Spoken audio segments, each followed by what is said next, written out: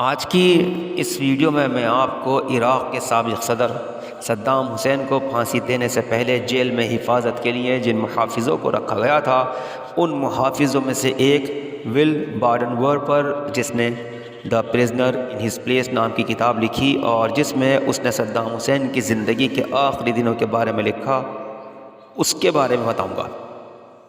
میں ہوں محمد ناصر اور آپ دیکھ رہے ہیں چینل گلدستہ معلومات۔ ویڈیو شروع کرنے سے پہلے میری آپ سے درخواست ہے چینل گلدستہ معلومات کو سبسکرائب کریں اور بیل آئیکن کو ضرور دبائیں۔ 30 دسمبر 2006 کو عراق کے سابق صدر صدام حسین کو پھانسی دے دی گئی تھی۔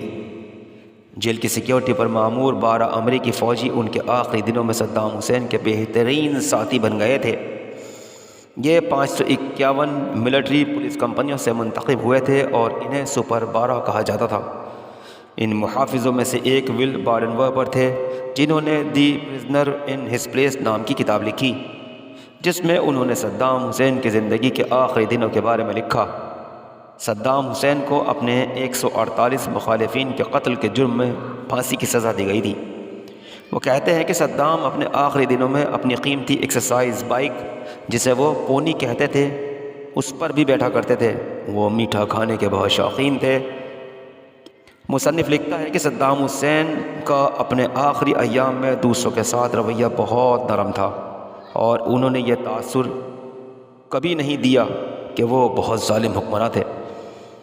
صدام حسین کو سگار پینے کا بہت شوق تھا، جسے وہ ہمیشہ اپنے پاس رکھا کرتے تھے۔ وہ کہا کرتے تھے کہ انہیں سگار کا استعمال فیڈل کاسترو نے سکھایا تھا۔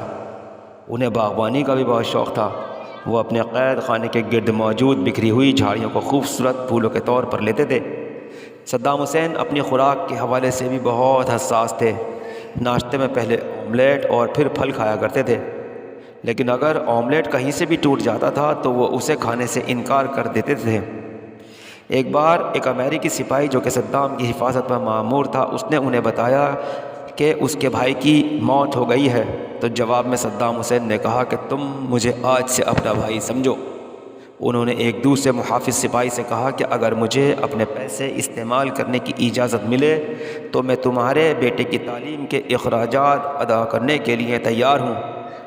مصنف کا کہنا ہے کہ ایک شب ہم نے دیکھا کہ ایک 20 سالہ سپاہی ڈوسن اپنے سائز سے بڑا سوٹ پہن کر گھوم رہا تھا۔ بعد میں پتہ چلا کہ اس نے صدام حسین کی جانب سے تحفے میں دیا گیا سوٹ پہن رکھا تھا۔ اگرچہ صدام کے محافظوں کو حکم دیا گیا تھا کہ وہ اس کے قریب نہ جائیں، لیکن جیسے جیسے وقت گزرتا گیا محافظوں کی صدام سے دوستی بھی بڑھتی گئی۔ اسٹیو ہاٹکنسن اور کرس ٹسکر سمیت دیگر محافظوں نے اسٹور روم کو صدام کا دفتر بنانے کی کوشش کی اور منصوبہ یہ تھا کہ صدام کو سرپرائز دیا جائے۔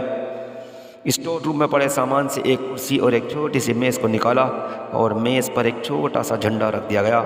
یہ سب اس لیے کیا گیا تاکہ آفس کا ایک ماحول پیدا کر سکیں، اور جیسے ہی صدام کمرے میں داخل ہوئے ایک سپاہی نے میز کی کرسی صاف کرنا شروع کر دی۔ دیکھ کر صدام اونچی آواز میں ہنسنے لگے اور کرسی پر بیٹھ گئے۔ مصنف کہتا ہے کہ سپاہیوں کی یہی کوشش تھی کہ صدام کو خوش رکھا جائے۔ جواب میں صدام بھی مذاق کیا کرتے تھے اور ماحول کو خوشگوار رکھتے تھے۔ بعد میں بہت سے سپاہیوں نے مصنف سے کہا کہ انہیں اس بات کا پورا یقین تھا کہ اگر ان کے ساتھ کچھ برا ہوتا تو صدام ان کے لیے اپنی زندگی کی بھی پرواہ نہیں کرتے۔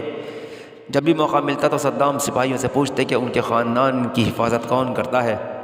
اس کتاب کا سب سے حیران کن حصہ وہ ہے جس میں بتایا گیا کہ امریکہ کا دشمن سمجھے جانے والے صدام کی موت پر سپاہی بہت غمگین ہوئے۔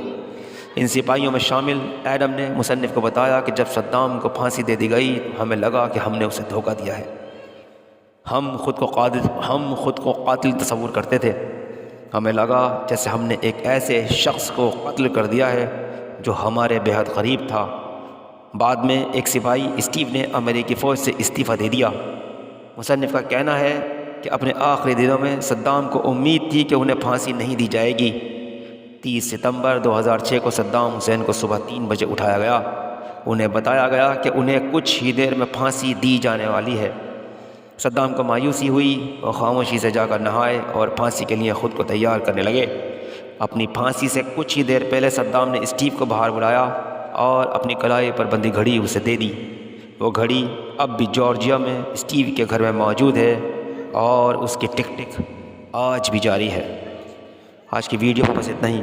امید کرتا ہوں ویڈیو آپ حضرات کو پسند آئی ہوگی۔ ویڈیو کو لائک کریں، شیئر کریں، چینل کو سبسکرائب کریں، بیل آئیکن کو دبائیں اور کمنٹ باکس میں جا کے کمنٹ ضرور کریں۔ اسی کے ساتھ میں محمد ناصر اپنے چینل دستہ معلومات کے ساتھ آپ سب سے اجازت چاہتا ہوں۔ شکریہ، اللہ حافظ۔